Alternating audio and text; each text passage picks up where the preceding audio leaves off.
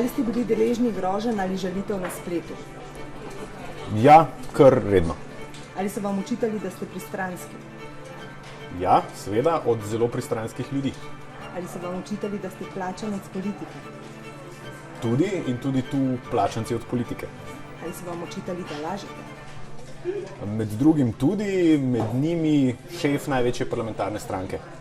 Ali so vam kdaj skušali preprečiti objavo prispevka, vas prepričevali, da česa ne objavite? Ja, so poskušali prepričati na malo take mehke načine, recimo temu. Ali so vas kadarkoli s čimerkoli skušali podkupiti, odvrniti od poročanja, naprimer podkupnine, nagrade, darilo? Nagrade in podkupnine ne, so bili pa, se pravi, mehkejši poskusi vplivanja. Ali so vam grozili s tožbo? Tožbe se ne spomnim.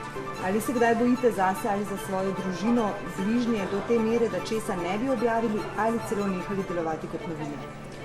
Ne, strah ne sme biti orožje, ki ustavi novinarja. Bi vas kaj ustavilo, da bi kaj naredili drugače?